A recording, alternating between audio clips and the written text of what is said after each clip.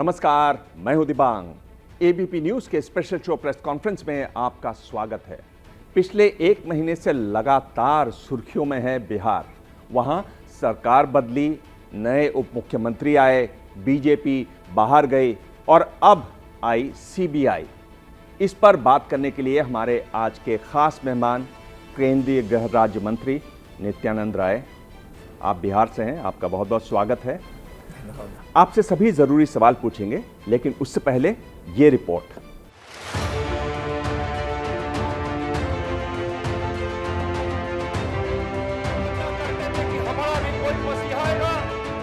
हाजीपुर से राजनीति के ककहरे से देश के गृह मंत्री अमित शाह के डिप्टी तक का सफर तय करने वाले नित्यानंद राय को पार्टी की एक मजबूत कड़ी के तौर पर गिना जाता है।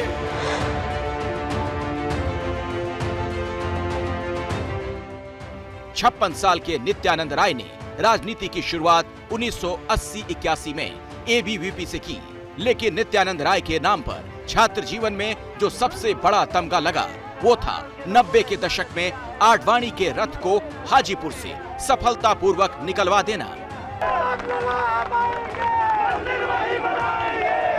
इस घटना से नित्यानंद राय की चर्चा हाजीपुर से निकलकर दिल्ली तक पहुंच गई। जन्मभूमि हाजीपुर को ही कर्म भूमि बनाकर नित्यानंद राय चुनावी मैदान में उतरे। 2000 से लगातार 4 बार विधायक चुने गए। 2014 में उजियारपुर से सांसद बने और 2019 में दोबारा जीतकर देश के गृह राज्य मंत्री जैसी अहम जिम्मेदारी मिली। नित्यानंद राय को मोदी कैबिनेट में जगह देकर पार्टी ने ओबीसी वोट बैंक को और मजबूत किया है। हालांकि पिछले महीने ही तेजस्वी ने नित्यानंद राय को लेकर बड़ा दावा किया, जिससे हलचल मच गई। नित्यानंद जी तो जब मंत्री नहीं बने थे तो हमसे मिले थे, हमसे कहा था कि आप हमको अपने पार्टी में ले लीजिए, यहाँ मन नहीं लग रहा है। क्या बोलेंगे?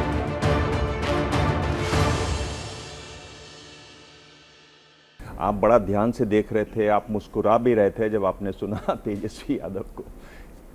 इनके बयान में कितनी सच्चाई है?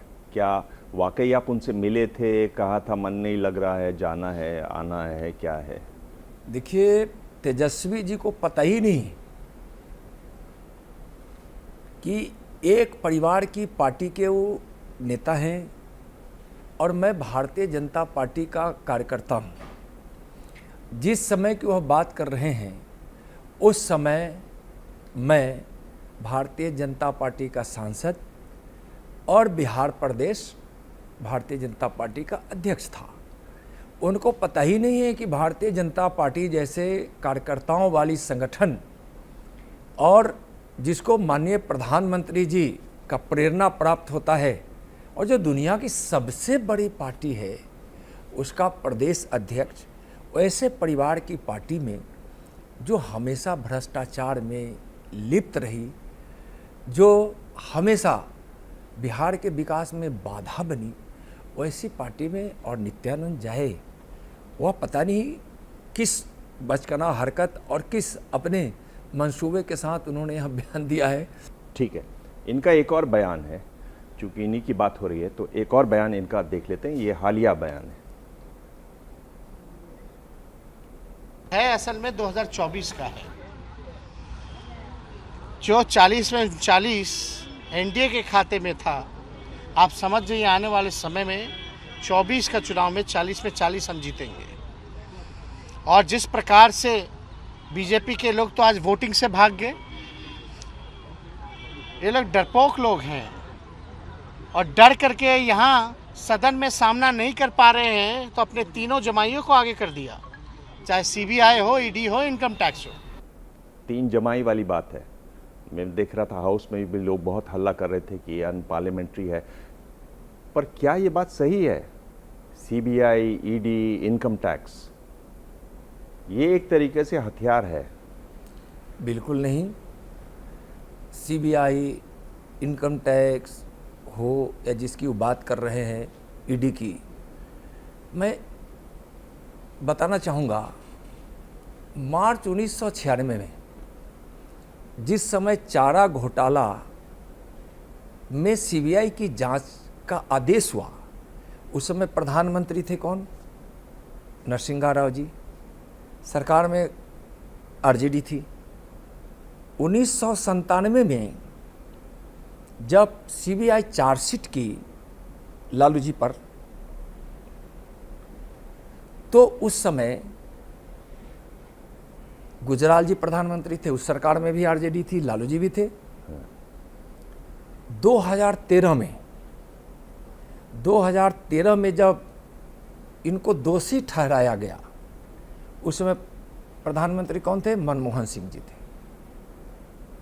अब क्या कहा जाएगा कि जिस सरकार में शामिल हो उस समय सीबीआई जांच के लिए जाए, तो आज वह जो कह रहे हैं कि 3 जमाई को भेज दिए।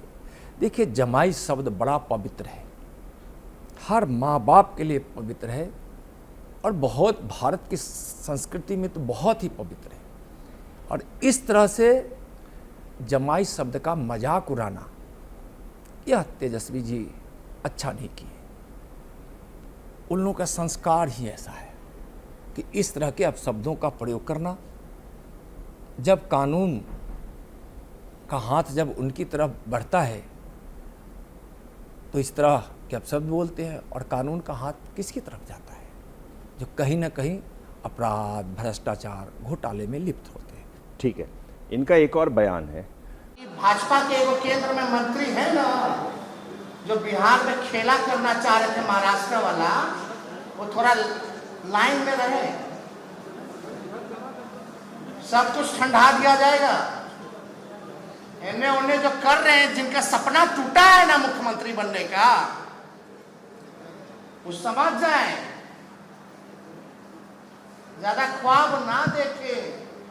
दिल्ली वाले नहीं बचाएंगे, नहीं बचा पाएंगे किसी को। नित्यानंद जी, ये जो बयान है ये आप ही हैं ये? अब क्या कह रहे हैं? हाँ, अगर मुझको कह रहे हैं, हाँ, समझे ना, उनको थोड़ा स्पष्ट करना चाहिए। यदि मुझको कह रहे हैं तो मुझको उन पे हंसी आती है। मैं किसी लाइन में नहीं हूँ, मैं ख्वाब वह नहीं देख रहा हूँ। मेरा ख्वाब वही है जो माननीय प्रधानमंत्री जी का ख्वाब है, हमारी पार्टी का ख्वाब है, जिसको मैंने पहले कहा हूँ। और मुझको गर्व है कि आज मैं प्रधानमंत्री जी की प्रेरणा में और उनके लीडरशिप में काम कर रहा हूँ। और जो यहाँ अवसर प्राप्त है, तो शायद मुझको समझ में नहीं आ रहा है कि कुर्सी लोलुपता और सीएम और परिवार, पिताजी सीएम, माँ सीएम, हम सीएम, उसके बाद कोई फिर हमारे परिवार का सीएम, फिर आने वाला कोई सीएम, न जाने कई पीढ़ी के लिए वह सीएम की कुर्सी को आरक्षित करने की भाषा बोल रहे हैं। और ये तो धमकी की भाषा है, धमकाना है। और यह तो इस तरह का धमकाना क्या किसी को शोभा देगा? क्या मैं यही मानूंगा कि इस संस्कार में उन्होंने पला है, शायद इसकी भाषा वो बोल रहे हैं। तेजस्वी ने जब ये कहा, जब आपसे आपके लिए कहा कि ठंडा कर देंगे, तो ये ठंडा करने की प्रक्रिया कैसे होती है बिहार में, वो समझना चाहते हैं आपसे। देखिए, और क्या आप ठंडा होने के लिए तैयार हैं? देखिए, बिहार में जो मुझको ठंडा करने का उन्होंने जो बयान दिया, ठंडा करने का मतलब होता है आपको हम बर्बाद कर देंगे, हम आपको किसी काम लायक नहीं छोड़ेंगे। यही वहाँ के अर्थों में बिहार में है। और मैं आपको बताऊं, इस पार्टी आरजेडी की पार्टी के स्वभाव में है ठंडा कर देना, बर्बाद कर देना, समझे ना, दबंगई के साथ किसी को रोकने का प्रयास करना। तो बड़े बड़े लोगों को ठंडा करने का ही प्रयास करते हैं।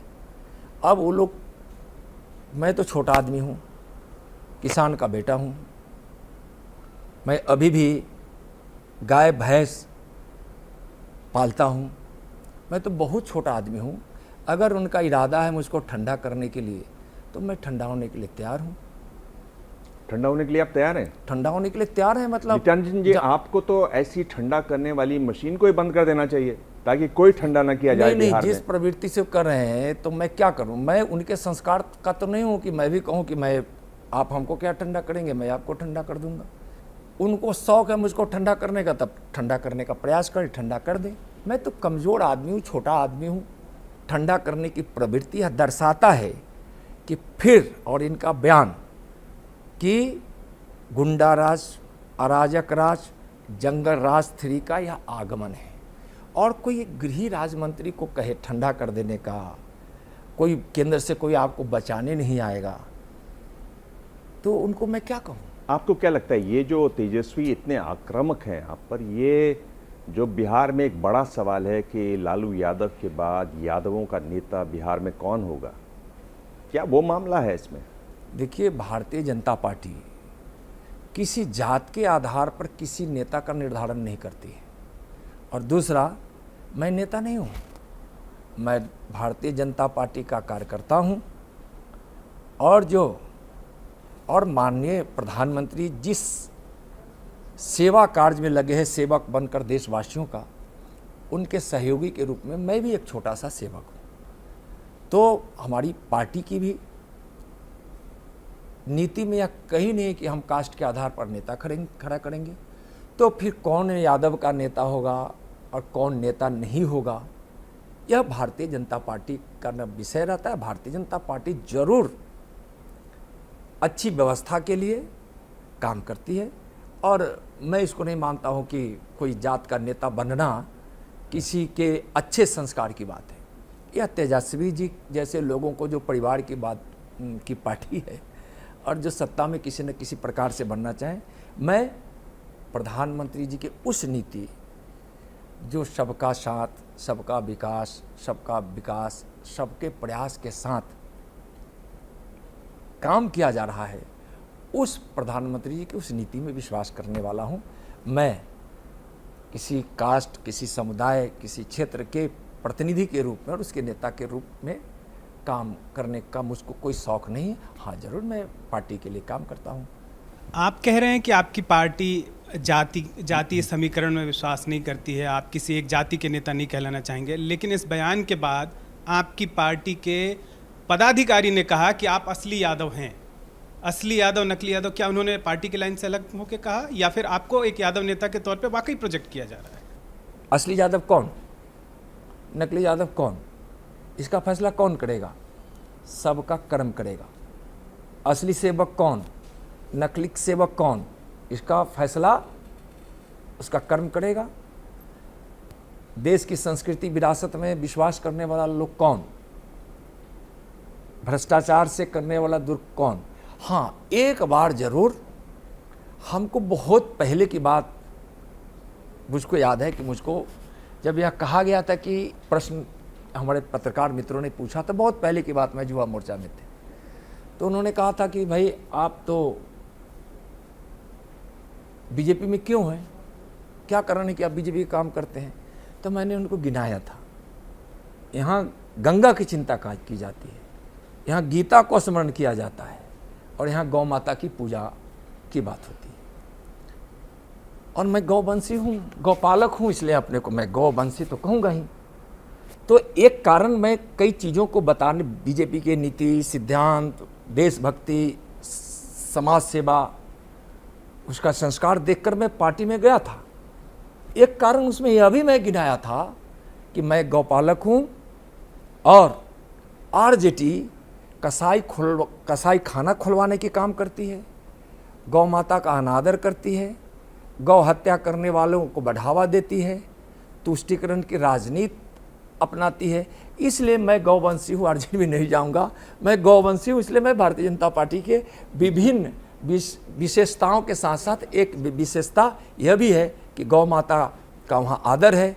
अगर 2024 में लालू परिवार से कोई लोकसभा का चुनाव लड़ता है तो क्या आप उसके खिलाफ चुनाव लड़ेंगे, खासकर तेजस्वी यादव? देखिए, मैं उजियारपुर से चुनाव लड़ता हूँ, ठीक ना, लोकसभा से, और उनकी इच्छा है, लोकतंत्र में कोई कहाँ से, जहाँ से इच्छा हो वहाँ से चुनाव लड़े।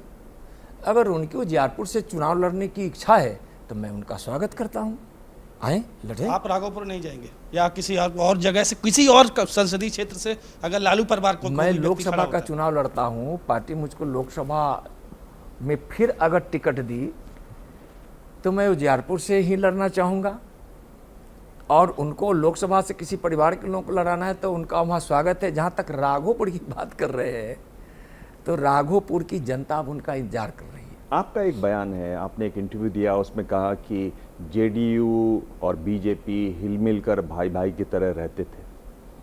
फिर अभी आपने कहा कि जहर आ गया। ये कहाँ से फिर जहर आ गया जब हिल-मिल कर भाई-भाई रहते थे? और आप देखते रहे और जहर आ गया और जहर का इतना असर भी हो गया?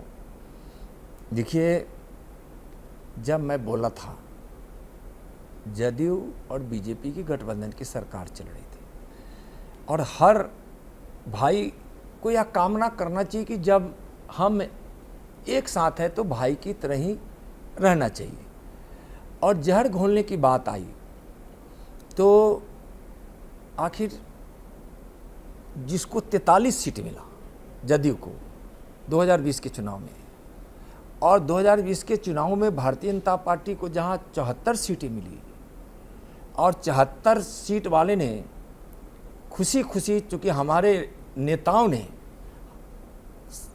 प्रदेश से लेकर केंद्र तक सबने उनको मुख्यमंत्री के उम्मीदवार घोषित करके चुनाव लड़े थे, तो अपने वचन के हिसाब, वादों के हिसाब से उन्होंने मुख्यमंत्री बनाने का काम किया।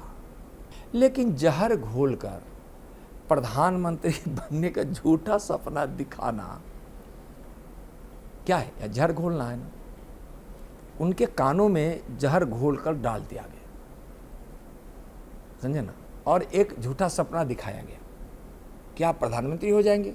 और उसमें कई लोगों, सपना दिखाने वालों में से कई लोगों की अपना काम पूरा हो रहा था। नीतीश जी को इसका पता नहीं चला, उन लोगों ने अपना काम भी पूरा किया। समय आएगा तो नीतीश जी को भी पता चलेगा, उसमें से उनके अपने लोग भी हैं। कहाँ किसी के लिए जगह है प्रधानमंत्री का? कोई ख्वाब देख रहे हैं तो ख्वाब देखने के लिए तो कोई रोक नहीं सकता किसी को, नीतीश जी को भी नहीं रोका जा सकता। लेकिन ख्वाब देखने से पहले उनको सोचना चाहिए और अपना अंदाज भी लेना चाहिए।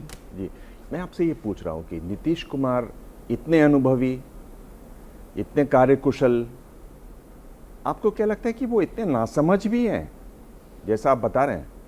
देखिए, साथ साथ का भी प्रभाव होता है। साथ का? साथ साथ का। अभी हम आपके साथ हैं, ठीक है, तो इतने अनुभवी, इतने बुद्धिमान, इतने पढ़े लिखे लोग, समाज के विभिन्न क्षेत्रों को लीड करने वाले लोग, और किसी भ्रष्टाचारी के साथ मैं हाथ मिला लूं, कई प्रकार के घोटाला करने वाले लोगों के साथ हाथ मिला लूं, तो क्या मैं इस संगत से जो संस्कार और मुझको जो संदेश मिलेगा, क्या वहाँ के संगत से क्या मेरा संस्कार वैसा रह जाएगा? क्या हमारी सोच वैसी रह जाएगी? नहीं रह सकती। नित्यानंद जी, ये जो हुआ है, जो अलगाव हुआ नीतीश जी और आपके बीच में, एक कहावत होती है आपदा में अवसर। तो आप लोग, जैसे आपने कई बार, आज मैं भी आप बात करते हुए आपने कहा कि उनकी बहुत कम सीटें थी, हमने उनको मुख्यमंत्री बना दिया, तो अब आपदा में अवसर मिल गया, अब सीएम बन जाएगा आपका बिहार में बीजेपी का सीएम? देखिए, बीजेपी सिर्फ सत्ता के लिए काम नहीं करती है। बीजेपी का लक्ष्य है वही लक्ष्य जो प्रधानमंत्री जी का संकल्प है, तो उसमें सत्ता में जाना, न जाना, रहना न रहना, यह कोई ज़रूरी नहीं होता है। मेरा ये एक सवाल है, जैसे आपने अभी बोला है, जो क्या गरीबी दूर हो रही है नरेंद्र मोदी के काल में, अगर हम बिहार का ही आंकड़ा लें, नीति आयोग की लास्ट ईयर एक रिपोर्ट आई थी जिसमें बिहार को बोला गया था सबसे ज़्यादा गरीब है।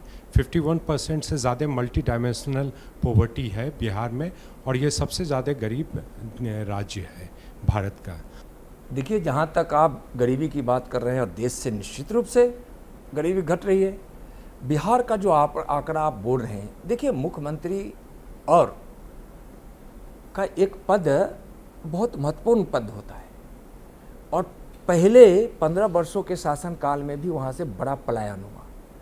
और नीतीश जी के साथ जब हमारी सरकार थी तो हम लोगों ने प्रयास किया, नीतीश जी को भी समझाने का प्रयास किया, लेकिन हम लोग देखते थे क्या, अपहरण उद्योग चल रहा है, वहाँ विधि व्यवस्था नहीं है, यहाँ उद्योग नहीं लग रहे हैं, यहाँ इस प्रकार के स्थिति वातावरण से, जिसको कहते हैं कि वो अराजक राज्य, वैसे वातावरण से निकलकर बिहार की जनता को निजात करने के लिए हम लोगों ने मुख्यमंत्री जी जो आज वहाँ हैं बिहार के श्रीमान नीतीश कुमार जी, उन नीतीश कुमार जी को मुख्यमंत्री बना दिया, बिहार सूबे का प्रधान बना दिया और उनको बार बार बीजेपी अपने संकल्पों के विषय में, अपने सोच के विषय में कि गरीबी मिटानी है, अच्छा काम होना है, और हम रहते थे तो हमारे प्रयास का कुछ प्रभाव पड़ता था, लेकिन जैसा हम चाहते थे बिहार को बनाना वैसा बनाने का नीतीश जी के मन में और मिजाज में नहीं था, तो बाधा जरूर आती थी। घर नल योजना ये नीतीश कुमार का एक्चुअली प्लान था 2015 में जब आए थे आरजेडी के साथ, 7 निश्चय के साथ, उसको मोदी गवर्नमेंट ने 2019 में इनकॉर्पोरेट कर लिया। तो हर घर नल योजना का जो सक्सेस रेट है 95% है वहाँ बिहार में, लेकिन उसमें घोटाला काफ़ी हुए हैं जो पिछले साल उजागर भी हुए हैं। ये वाली बात जो पूछ रहे हैं ये नीतीश जी ने हाउस में भी कही, वो एक बार देख सकते हैं हम लोग। जब केंद्र ने इसको तय किया, अब आप लोग आ गए थे, तब ना दिल्ली से कहा गया 6,000 करोड़ रुपया दे करके कि मान लीजिए दिल्ली वाला मान लीजिए, ताकि दिल्ली का हो जाए कि बिहार में हर घर नल का जल। हमने, आप ही लोगों के पार्टी के थे, हमने उनको निवेदन किया कि इस बात को नहीं लिखना, लिख दीजिए कि यहां पर पहले से हो रहा। तो आप बताइए, बिहार में तो शुरू हुआ, अब देश में पूरा कर रहे हैं, न्यूज आता है। अरे भाई, तो ये भी तो करना ना चाहिए कि हर घर नल का जल बिहार जैसे गरीब राज्य में करने का हम लोगों ने तय किया। हम राज्य सरकार की तरफ से कर रहे हैं, तो ये राज्य का है, ये केंद्र का नहीं है। देखिए, मैं आप बता दूं कि प्रधानमंत्री जी के शपथ लेते 2014 के वर्ष को आप याद कीजिए, उन्होंने देशवासियों के लिए शुद्ध पेयजल की भी बात कही थी। खुद कर रहे हैं, अभी आप जो सुना रहे थे कि 6,000 करोड़ आया और हमने उसको इनकार कर दिया। कोई भी मुख्यमंत्री जो अपने बिहार प्रांत का जो विकास चाहेगा, पेयजल पहुंचाना चाहेगा, 6,000 करोड़ रुपए उसके बाद भी और किस्त गई है उसको इनकार करेगा क्या? वो गलत बोल रहे हैं। इनकार करने का यह सबसे बड़ा कारण क्या था कि केंद्र के पैसा का हम इसमें उपयोग करेंगे तो केंद्र तो इसकी थोड़ी बहुत निगरानी करेगी, और बिहार का सबसे बड़ा घोटाला है जल नल का घोटाला, इसलिए उन्होंने केंद्र का पैसा लेने से इनकार किया। जो उन्हीं के बयान की बात मैं कर रहा हूं। उन्होंने तो कहा कि 2 बार इनकार किया, 2 बार क्योंकि ये कहा जाए कि ये प्रधानमंत्री की योजना है, और जबकि उन्होंने कहा कि बिहार गरीब राज्य है और हम इसको उससे पहले से चला रहे हैं, इसलिए हम नहीं लेंगे, या वो लिखिए कि ये हमारे यहाँ पहले चल रहा। कहीं ऐसा नहीं कहा गया, लेकिन पूरा देश जब यह मानता है कि हर घर नल से जल पहुंचाने का प्रधानमंत्री जी का संकल्प है, तो दूसरे राज्यों में भी तो कहीं गया होगा जहां बीजेपी की सरकार नहीं होगी। कुछ नहीं था, केंद्र की सरकार की निगरानी से बाहर होकर जल योजना में, पेयजल योजना में घोटाले करने का इरादा था इनकी, इसलिए। क्या जो अभी एक हम लोग जिसे नीतीश कुमार और तेजस्वी यादव का फॉर्मिडेबल कॉम्बिनेशन मान रहे हैं, उसकी काट के लिए बीजेपी या एनडीए ने कौन सा फॉर्मिडेबल अपनी तरफ से कॉम्बिनेशन किया है? भारतीय जनता पार्टी की नीति ही है, और हमारे प्रधानमंत्री जी कहते हैं कि हम 130 करोड़ देशवासियों के विकास और उसके न्याय के लिए हम काम करते हैं, हम उसकी ज़िंदगी में खुशियाँ लाने के लिए काम करते हैं। नहीं, मैं बता रहा हूँ, थोड़ा आप ही की बात पर मैं आ रहा हूँ, लेकिन थोड़ा इसको और स्पष्ट हो इसलिए मैं यह बात कर रहा हूँ कि आप कोई समीकरण बनाना चाहेंगे क्या? कोई हम समीकरण, हमारे पार्टी की नीति है जनता का समीकरण, सबका साथ सबका विकास हमारी नीति है। हम सबका साथ लेकर हम अपना समीकरण बनाना चाहते हैं। हम किसी वर्ग, समुदाय और किसी समूह का हम समीकरण नहीं बनाना चाहते। हम अपनी नीति पे काम करने वाले हैं, और हम उस नीति के खिलाफ जरूर हैं, और जनता भी समझ रही है। मेरा सवाल आपसे ये है कि बिहार में खेला हो गया और आपको पता नहीं चला, और जब पता चला तो गृह मंत्री अमित शाह जी का क्या रिएक्शन था? आपकी कोई बात हुई बिहार को लेकर उनसे?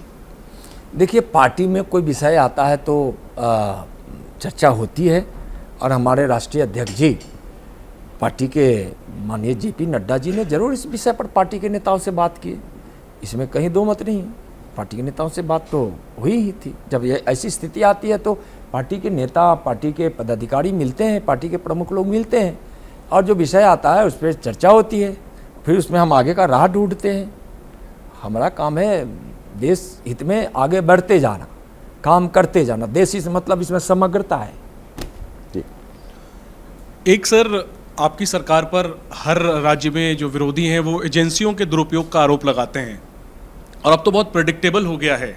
जिस दिन विश्वास मत परीक्षण था बिहार विधानसभा में, उसके एक शाम पहले आरजेडी के नेताओं ने ट्वीट करना शुरू किया कि एजेंसियों के लोग पटना पहुंच गए हैं और सुबह कुछ कार्रवाई होगी, और वाकई में जब सुबह होती है तो फिर छापे पड़ने शुरू होते हैं। एक तो इस पर आपसे एक जवाब चाहेंगे कि आपको क्या लगता है जो विरोधी आपके आरोप लगाते हैं। इन छापों में एक छापा पड़ा गुरुग्राम के एक मॉल में छापा पड़ा। उसके बाद से तेजस्वी यादव लगातार कह रहे हैं कि उस मॉल से हमारा कोई लेना देना नहीं है, उल्टे वो कह रहे हैं कि इस मॉल से कनेक्शन तो बीजेपी वालों का है। तो क्या ये चूक हो गई आप लोगों से? ये गुरुग्राम वाले मॉल की क्या कहानी है? क्या ये चूक हो गई आप लोगों से या कोई और कहानी है? देखिए, यह काम जांच एजेंसियों का है और जांच एजेंसियों के भेजने की बात कर रहे हैं और उसके लिए उन्होंने जमाई शब्द का भी उपयोग कर दिया था, यहाँ तक कर दिया था। तो उनके यहाँ सीबीआई जैसी जांच एजेंसी, ईडी जैसी जांच एजेंसी आज से नहीं 1996 में से पहुँच रही है, जो जिसकी मैं बड़ी विस्तृत चर्चा कर चुका हूँ। लेकिन ये सीबीआई के मुद्दे पर रहे तो 2013 में सुप्रीम कोर्ट ने, आपको मालूम है कि कोल स्कैम पर, कोयला घोटाले पर जब जांच हो रही थी तो कहा कि ये तो केज पैरेट है, पिंजरे का तोता है। अभी जो मौजूदा मुख्य न्यायाधीश हैं सुप्रीम कोर्ट के, उन्होंने कहा कि इसकी जो क्रेडिबिलिटी है, विश्वसनीयता है, उसमें ह्रास हुआ है। अगर हम सीबीआई के डायरेक्टर्स की बात करें, जोगिंदर सिंह हो, विजय शंकर हो, लगातार ये मांग उठती रही है कि इलेक्शन कमीशन जिस तरह से स्वतंत्र है उसी तरह से सीबीआई को बना दिया जाए, ताकि ये जो विपक्ष वाले भी हल्ला करते रहते हैं कि इन लोग इस्तेमाल करते हैं इसका, वो न हो। पर डायरेक्टर पुराने ये भी कहते हैं कि जिस तरह की शक्ति देती है ये, जिस तरह की मारक शक्ति सत्ता दल को मिलती है, चाहे आप हो चाहे कांग्रेस हो, इन लोग कोई भी नेता इसको स्वतंत्र संस्थान नहीं बनाना चाहेंगे। आपकी क्या राय है इस पर? सीबीआई की जो प्रक्रिया है तो उसमें दखल अंदाजी की बात कौन क्या कह रहा है उस पर तो मैं कुछ नहीं कहूँगा, लेकिन मैं इतना ज़रूर कहूँगा कि जब सीबीआई कोई प्रक्रिया में जाती है, जांच में जाती है या कोई कार्रवाई करती है, तो क्या उसके कार्रवाई को यह कह दिया जाए कि कार्रवाई जो है सो किसी के इशारे पे है? तो इसका मतलब तो है कि कोई भ्रष्टाचारी, कोई अपराधी, कोई घोटालेबाज, कोई कानून को तोड़ने वाला, देश को नुकसान पहुंचाने वाला, देश की अर्थव्यवस्था को नुकसान पहुंचाने वाला, इस देश का पैसा जो विकास में लगना चाहिए, गरीबों को उत्थान में लगना चाहिए, वह किसी के द्वारा, चाहे कोई भी हो, उसके द्वारा अगर वह हड़प लिया जाता है, घोटाला किया जाता है, उसमें भ्रष्टाचार है, तो क्या सीबीआई वैसे भ्रष्टाचारियों को क्या बोले कि जय भ्रष्टाचारियों की? ऐसा बोलेगा थोड़े। वो तो कार्रवाई करेगा कानून के तहत। उसे वो इसीलिए तो सीबीआई है, इसीलिए तो उसको स्वतंत्र किया गया है। एक और सवाल है, मैं 2 पुलिस अधिकारियों के नाम ले रहा हूं, जिसमें जूलियो रोबेरो हैं, जो आप जानते हैं कि पंजाब में डीजी रह चुके हैं। उस दौर में और न्यूयॉर्क टाइम्स में बड़े लेख छपे थे इस बारे में, जब पंजाब में आतंकवाद था, जिस कड़ाई से उन्होंने वहाँ पर काम किया था। डी शिवानंदन हैं जो महाराष्ट्र में डीजीपी रह चुके हैं। इनका कहना है कि जब आप सीबीआई और ईडी और एनआईए को भेजते हैं राज्यों में, तो राज्य की जो पुलिस है उसका मनोबल टूटता है। जब सीआरपीएफ, सीआईएसएफ को आप भेजते हैं तो राज्य की पुलिस और इन संस्थाओं के जो संबंध हैं वो बिगड़ते हैं, और अच्छा हो कि आप इससे बचें। इस पर आप क्या कहना चाहेंगे? ये गंभीर मुद्दा है। एक पुलिस राज्य की हो चाहे पुलिस केंद्र की हो, हमेशा कोऑर्डिनेशन के लिए, संवाद के लिए, उनके बैठकें होती है, आपस में मिलना जुलना होता है, एक दूसरे से संवाद होता है, एक दूसरे से कई बातों पे शेयरिंग होती है। और मैं बताऊं कि साल में एक बार डीजीपी कॉन्फ्रेंस होता है, जो स्टेट पुलिस के मुखिया होते हैं, बीच बीच में भी उनके साथ मिलना होता है। तो ऐसा नहीं है कि एक दूसरे को सहयोग करती है। आप जैसे मैं बताऊं कि नक्सलवाद के एरिया में हम पैरामिलिट्री फोर्स गृह मंत्रालय भेजती है ना, हम वहाँ जाते हैं तो कोई विषय पे जाते हैं तो राज्यों से सहयोग लेते हैं ना। तो यह सहयोग लेना, सहयोग देना, संवाद करना, समन्वय रखना, यह प्रयास केंद्र की ओर से हमेशा होता है। मैं ये पूछ रहा हूँ कि जैसे आप देखिए बंगाल में चुनाव के आसपास, महाराष्ट्र में हमने देखा कि स्थानीय पुलिस और जो यहाँ से लोग जाते हैं उनमें थोड़ी सी रगड़ हुई, इसकी खबरें हमने देखी हैं।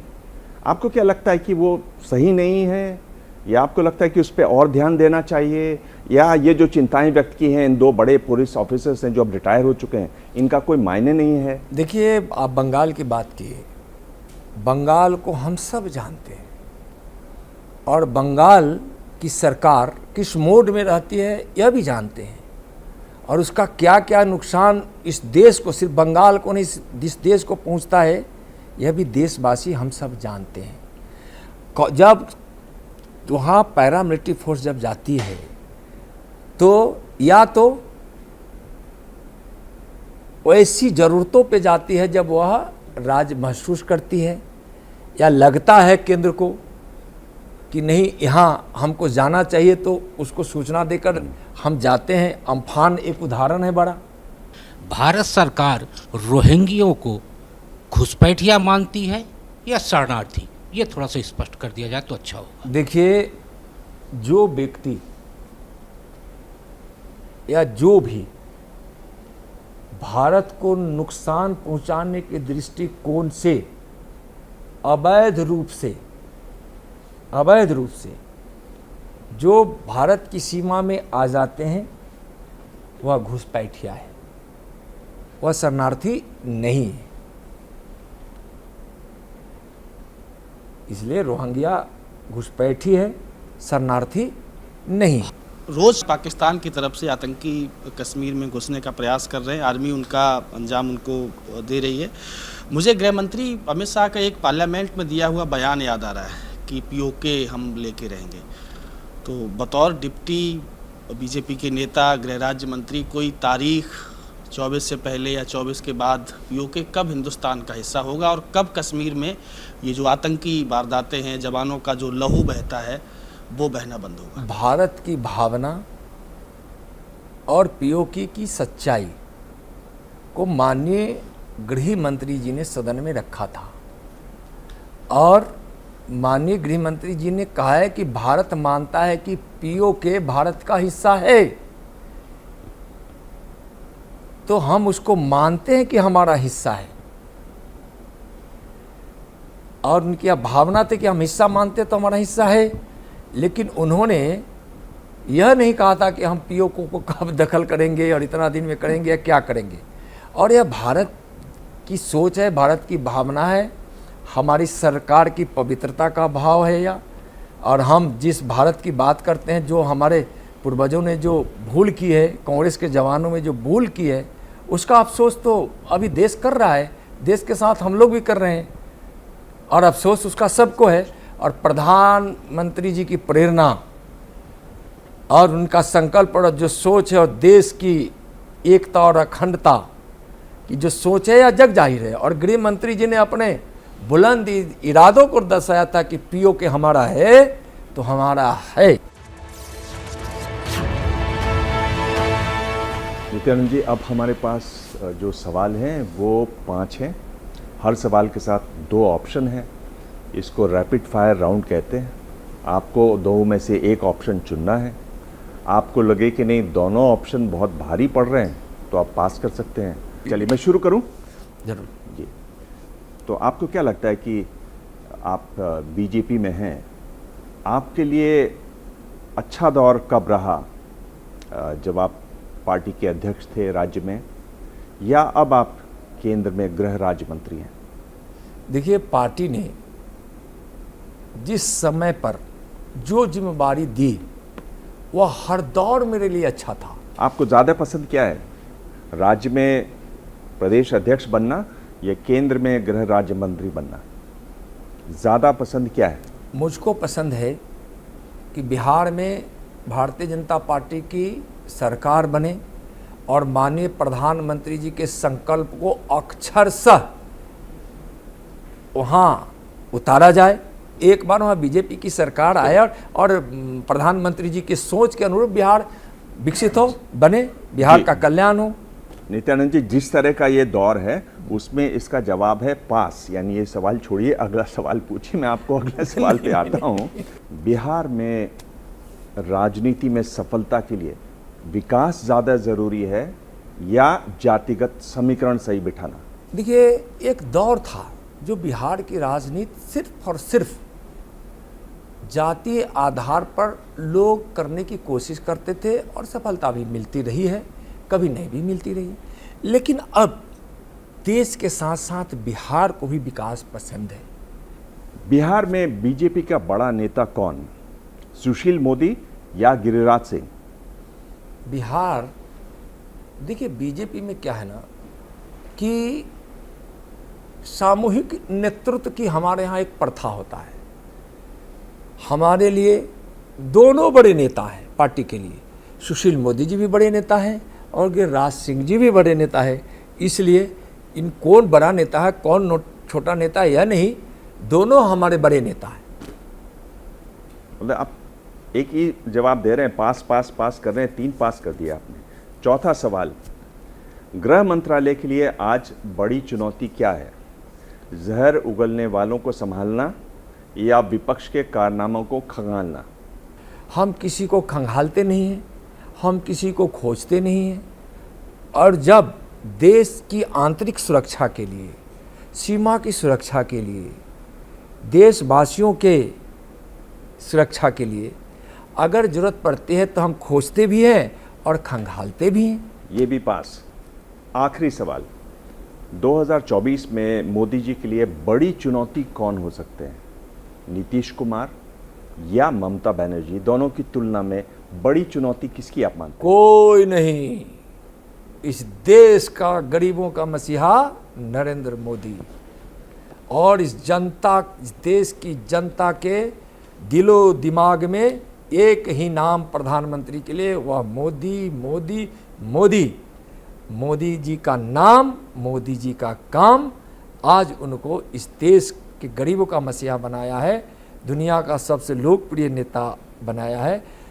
इस देशवासियों के दिलों को मोदी जी ने जीता है ना। तो देशवासियों के दिलों को जीतने वाला के सामने कोई चुनौती नहीं, किसी की दावेदारी है तो वह व्यर्थ है।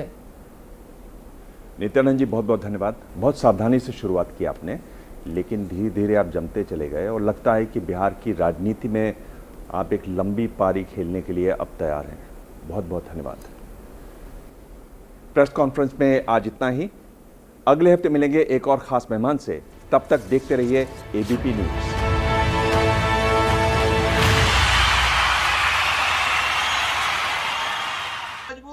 क्या मजबूरी है मेरी, बताइए। मैं अभी आपको बताती हूँ कि मैंने ओए होए होए होए, नमकीन के चटकारे लेते हुए टकटकी मार के डिबेट शो को पॉज रिपीट कर कर के देख रहे हैं जोगिंदर जी।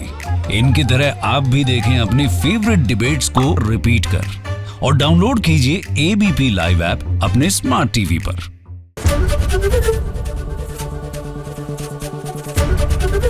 एबीपी न्यूज आपको रखे आगे।